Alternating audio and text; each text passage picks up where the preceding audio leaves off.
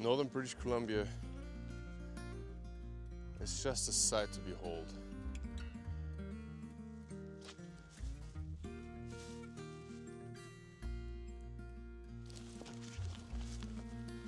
Hey folks, Max from Woodsman's Finest here. Welcome to another episode in my Grip to Tip series. Today from a very, very special place up here in Northern British Columbia, 7 hours dirt road ride away from the next town. And how this happened and how this came to be, well, I'm gonna tell you.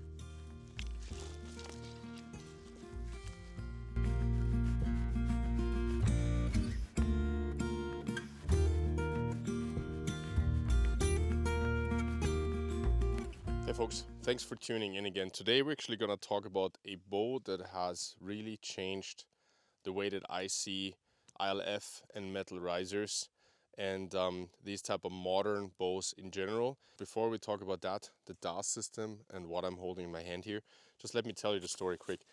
I've been working as an outdoor educator, as a canoeing guide and as a hunting guide for moose and bear, off and on over several provinces in Canada for the last 10 years.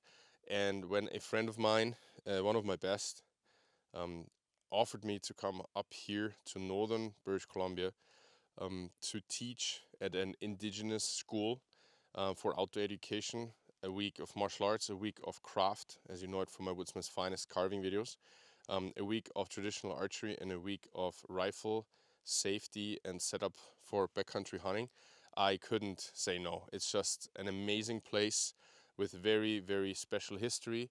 We're here in Tseke Dene Nation in the north of BC at L Lake today. It's been a very, very interesting 4 weeks getting ready to leave, and I brought this bow setup for that specific task. And as it has been tradition on here on the channel, I just want to take you grip to tip on the setup.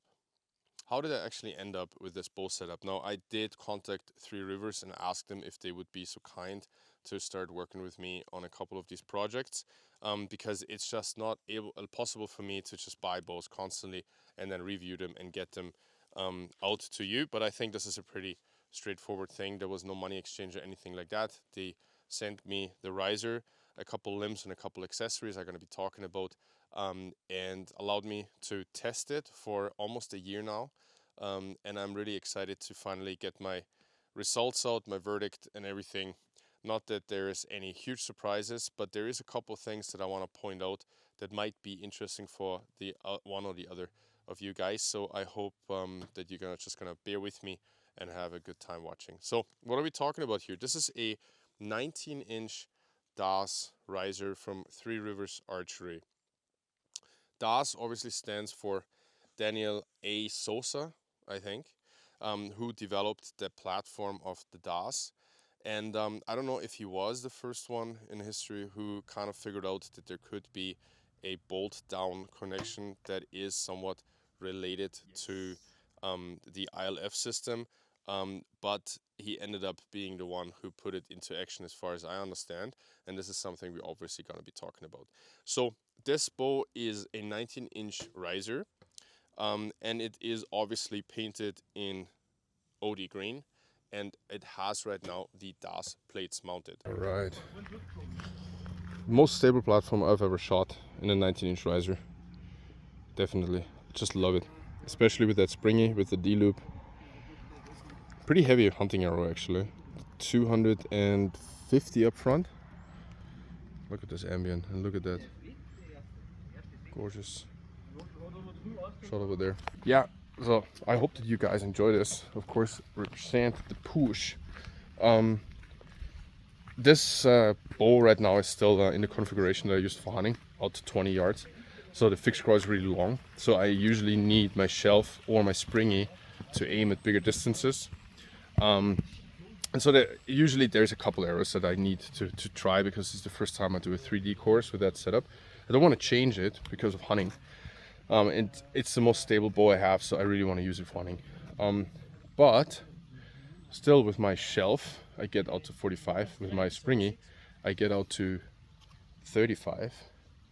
And depending on where I put the springy bottom kill or high shoulder, I get between 30 and 37. Now the DAS plate itself is basically an ILF attachment that instead of having a detent, right, with a little bit of a dovetail, it does bolt into your limbs from the back. Now, in order to use limbs with this system, you can use your regular ILF limbs. You push out the detent dovetail system by unscrewing the front of your limbs, and then you can get these DAS bushings from Three Rivers Archery. There are several sizes, and you fit them into your limbs. You push them in, you screw it down from the back, and that's about it. Now, this is the DAS system, and it has a couple of very big advantages for me that we get to once we're moving out from the grip. For the grip itself, we got a Jaeger grip, a low 2.0. I have that one on the VPA riser as well, and I absolutely love it. Low grips are the right way for me. My left arm was pretty severely broken when I was a kid. I need to shoot a low wrist. I'm shooting also a fixed crawl, as you know, and because of the low position of my fingers on the string, I also need a so to say a pendant over here on the riser. Now, moving up with your fingers on the string, it can be advantageous to have a high grip because the pressure obviously moves up on the string. So to have good balance, it would be advantageous to also have the biggest pressure a little bit higher up in the webbing of your hand. Moving down, it is advantageous in my opinion to have the weight a little bit lower on the heel, so to say, of your hand, and this is exactly what a low grip does. So it's the Jaeger 2.0, and despite having used a lot of different custom grips, also by Arcor, etc., I have found that the Jaeger Low 2.0 is my absolutely favorite grip out there. Moving out from there, the DAS riser, the 19-inch here, which I've chosen because it is a very, very good overall platform. I can make this into a 64-inch bow with long limbs or a 66-inch bow with extra long limbs in terms of longbows, of course. I can also make it into a nice, short and still stable 62-inch setup with medium limbs. So for me, best versatility between stability and hunting use, being still quite nimble in the woods, is a 19-inch riser. It gets me the most weight in the riser without being overbearing. I've loved, or I still love, my WF-19. Moving out, this one has a couple of really cool features. First of all, there's two burger holes. They're placed above each other, so they give you the option to mount a rest, like for example a nap center rest that I use a lot, or here a springy rest very close to your shelf that is actually built up into a little bit of a hump here on that 19-inch riser, which is a really cool little feature. Another thing that actually happens is there is a groove or line running exactly over the middle or center of the riser through the shelf, which allows you, if you're sighting down the bow, to get a little bit of a reference if you're trying to center your limbs, right? It can be very comfortable if you've got the ILF plates mounted, which are swappable on this bow, so you can set it up with ILF plates as well. So if you want to do the lateral adjustment there, you can use these lines, mount the bow somewhere, lean it against the wall, and use this line that's running through the shelf, but also the three lines that run on the top and the bottom of the riser here to center your string and see if it's running through the center of the bow nicely. Another thing it does for you, if you're tuning your center shot on the bow, you're also gonna have an easier time to see where the arrow is actually laying on your riser, right?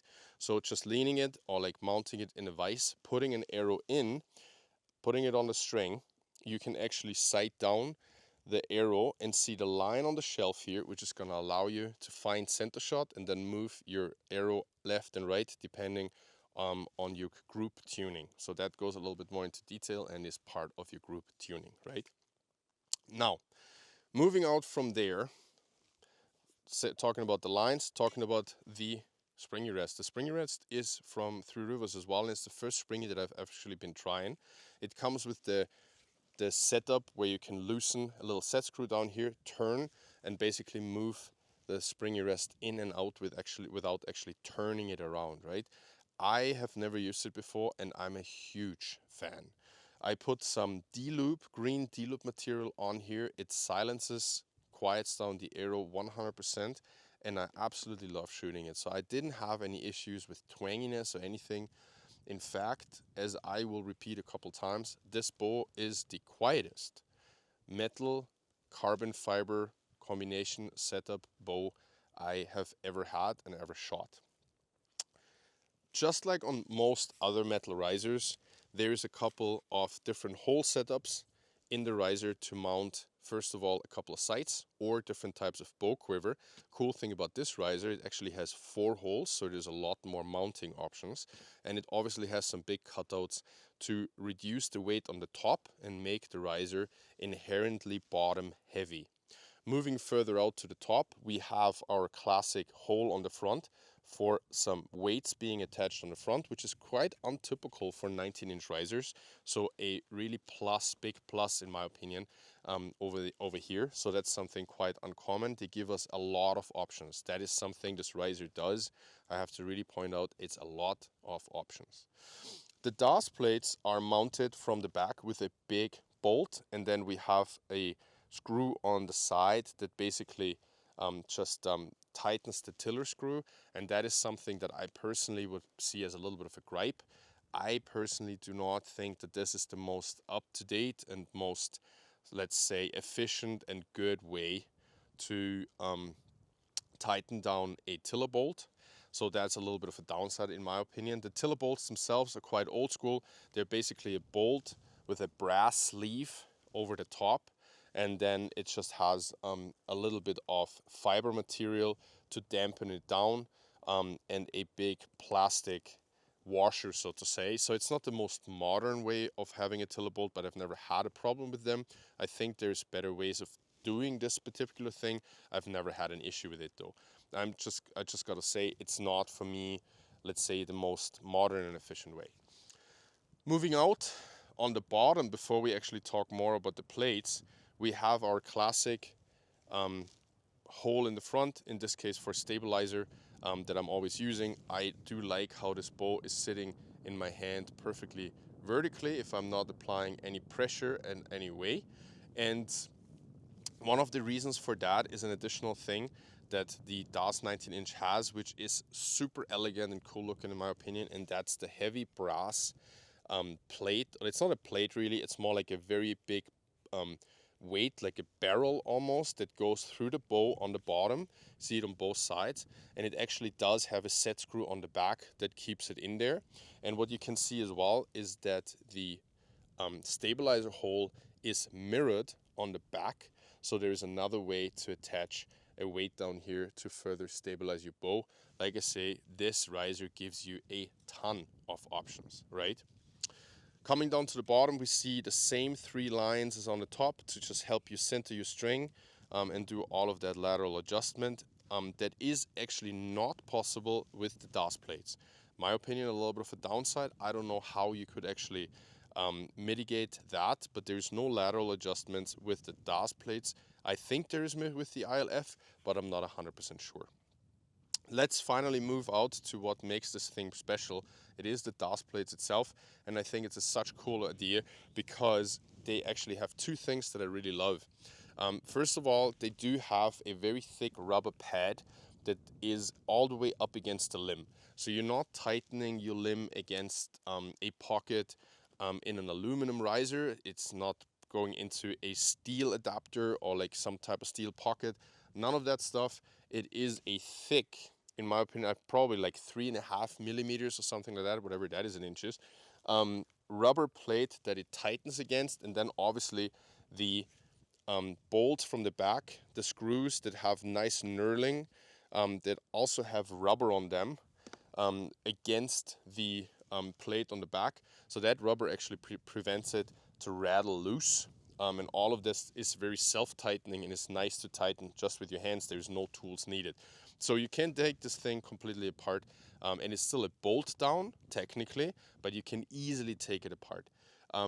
All of these components up here really do dampen the limb. On one hand, you have the little washer from fiber against the tiller bolt. On the other hand, you do have the thick rubber padding between the DAS plate and the limb itself. And on last but not least, you have the little rubber washer that is on the bolt that tightens down the DAS system. So there's a whole bunch of rubber happening that keeps it from rattling, that keeps it from having any of these metal noises that you're getting usually out of your ILF system. How else do I have it set up? Obviously, I have my wrist sling. This is my way to go. I find them super ugly, but it's a great way to go when you hunt, because I always have some kind of attachment. Usually, I also do like using finger slings, but being up in a tree or being more mobile and on your hunt, having to be more flexible, holding your bow in your hand, sitting for a long time, then when the moment of truth comes, fiddling around with your finger sling is not something I do like a lot. So I just love going straight into my wrist sling, and it allows me to let the bow go, just like the barrel on a gun. Let the bow float and vibrate and jump freely, whatever it wants to do, just like a free floating barrel. And for me, the way to go for that is just a wrist sling. Now let's see how the lighting is gonna be with me standing right in front of the lake with all the white ice, like the leftover of the slush and the ice out here on the lake. And if this is gonna be terrible for the lighting, let's just roll with it for a little bit. Before I'm getting to the limbs and all the other setup, what am I wearing here? This is like a full setup by FHF gear that I have out here, rather than the regular bino harness where I have my nice Steiners in here.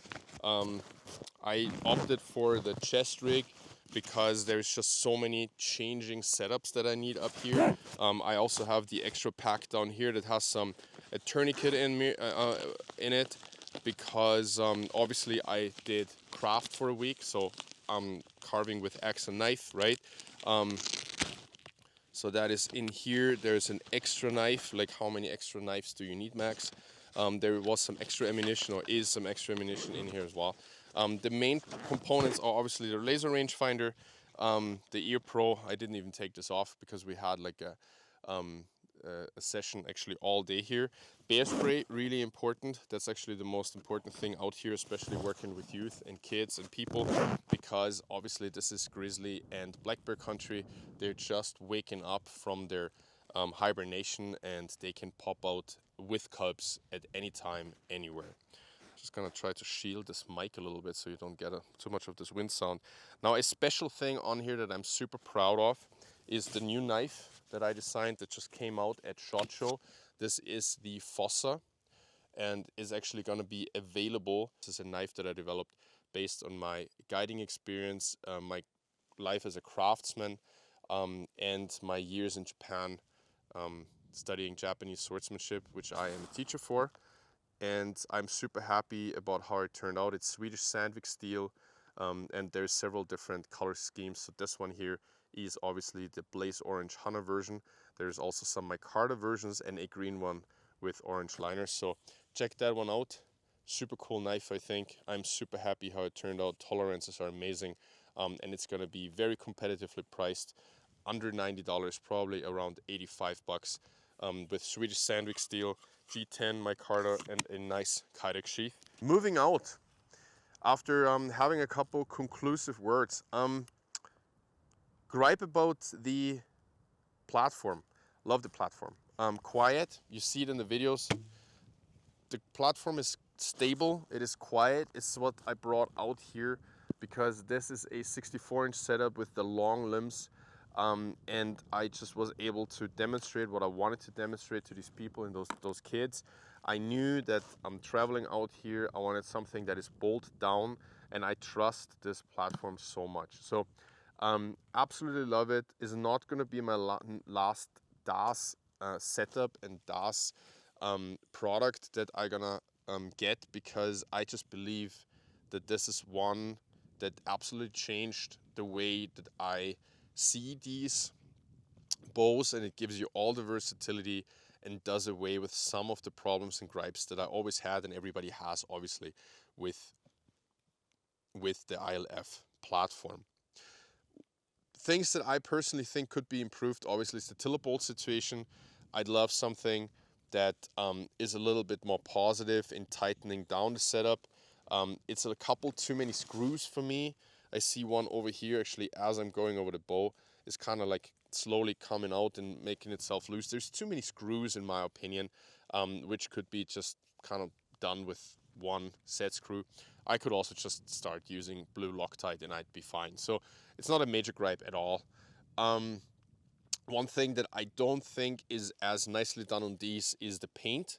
So I've used it on a hunt in Hungary and I shot a 220-pound razorback wild boar from 10 yards away in the Danube floodplains in Hungary, which is a major milestone for my hunting.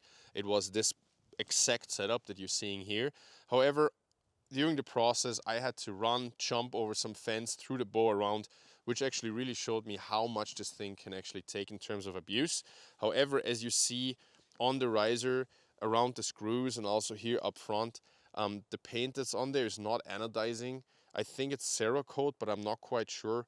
It does come off rather easily, so I'd rather see something a little bit higher grade in terms of paint job or color on here. But then again, I also don't really know much about these things, so this might be the most cost-effective way of getting a good clean setup done. And I think it seems, it looks, it feels a little bit similar to whatever is on the WF-19, so it might be Cerakote, and it does its job. It looks clean and nice, and anodizing, I guess, would just be a little bit more durable. But I just want to repeat that I love this platform. It's super versatile. I'm gonna put a lot of limbs over my lifetime on this, and I don't see this riser ever leaving my side, just like a couple other risers that I think are amazing platforms. The WF-19 is one of them. This one is another one of those. Obviously, I have set this one up always, as always, with my Eagle Flight quiver. I think it is the most underrated quiver, bow quiver on the market. The reason being, before I fall into the water, the reason being that this is super easy to mount. It is very tight. They never come loose.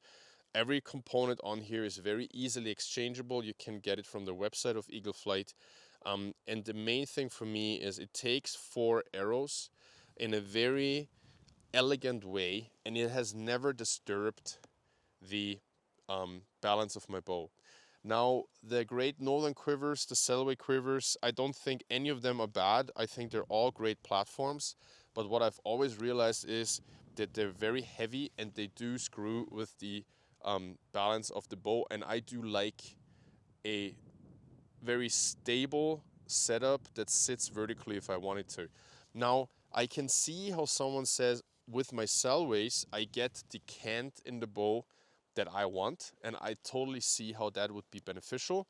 For me personally, I do put a little bit of a cant in that comes with my hand position, but I want the bow itself to be able to balance fairly vertically up and down.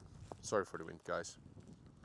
The wilderness does not always comply, unfortunately, with my videographing plans. Now the limbs are, I think they're called LSC, LCS, whatever it is. They're Bosen longbow limbs. They're longs, and they're the carbon and foam variety. You've seen them in so many videos by now. I have treated them so badly. I've thrown them around. They have dropped off tree stands. These limbs have solved the problem that a lot of ILF longbow limb producers have had, that they always need a very high brace height in order not to be noodling, which is going to further reduce the performance in a longbow limb that's already performance-wise a little bit on the back end. How did they do that without the wedge system that Border, for example, does? Although the Border limbs are not very compatible with any other risers than Border themselves because of the way that they tiller them. How have they done away with the noodling on other platforms I've tried that I wasn't really happy with? I think it comes from the way and the position of the reflex in the limb itself. Regardless of what they actually exactly do to get this done, they do it well.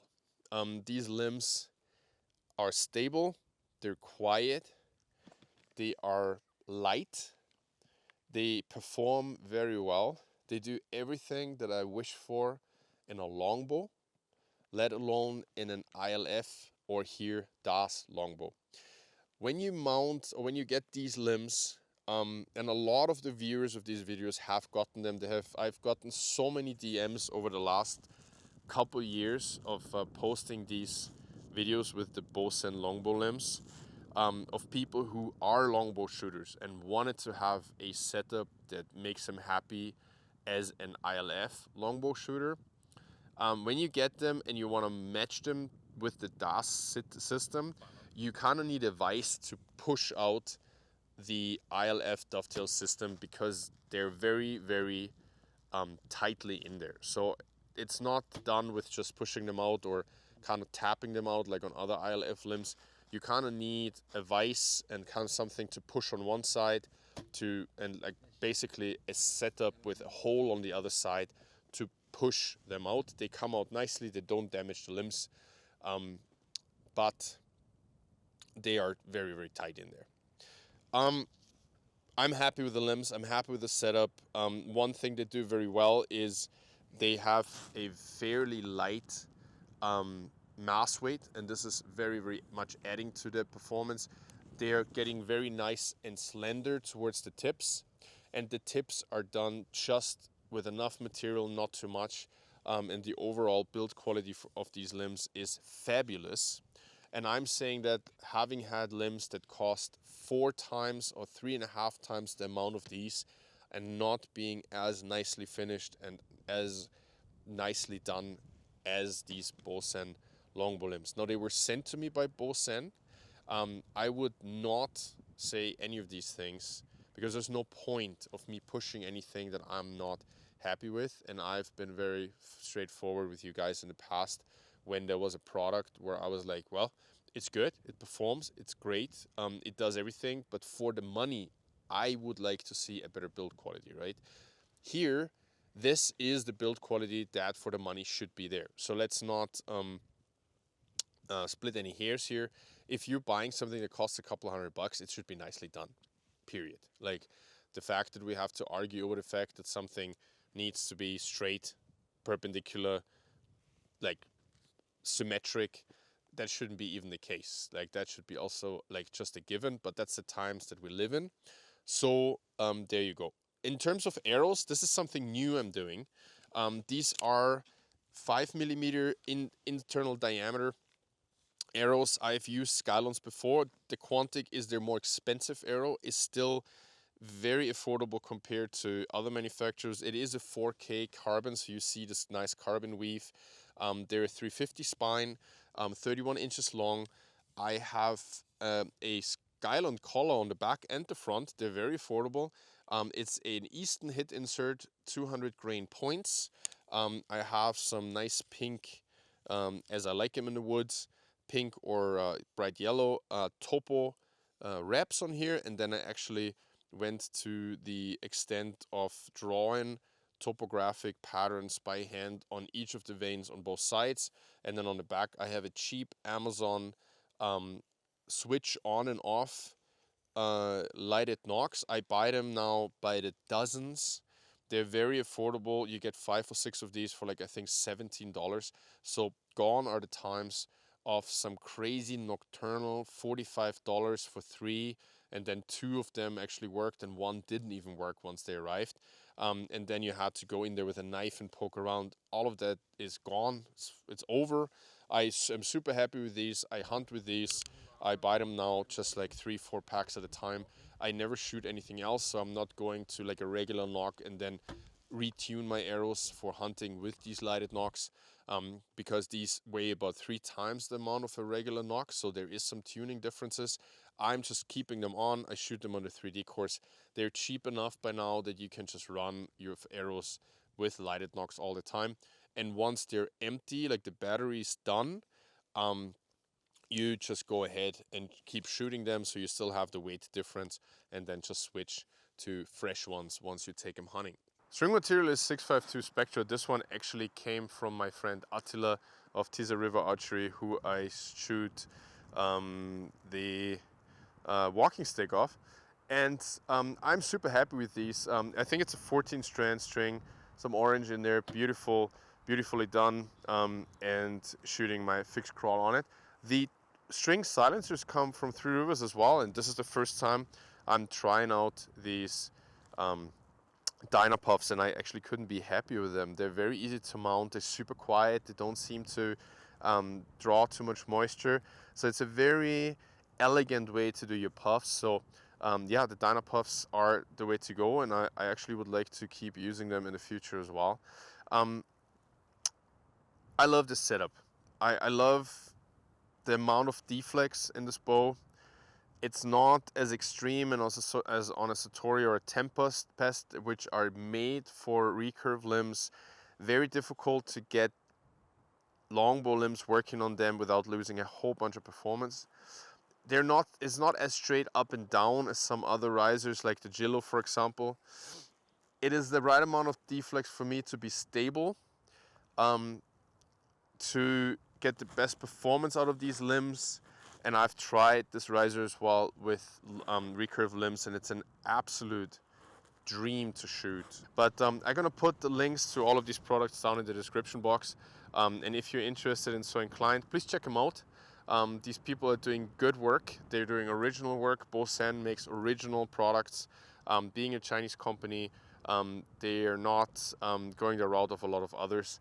They are putting a huge amount of testing and development time into all of these products, which I have been following along for the last 7 years actually. And they have always had long research and development times for every product that's coming out, because they're trying to go down their own path. The same is the case, of course, with Three Rivers Archery, which is one of the biggest names in traditional archery in the world. Long legacy of making sure that great products come to traditional archers around the world. So check them out, give them a follow on all the platforms, give me a follow on all the platforms, please. Say hi, tell me what you think about these videos, leave a like, leave a comment, subscribe to the channel if you are so inclined, and I hope to see you guys in the next one. Thank you very much, and cheers.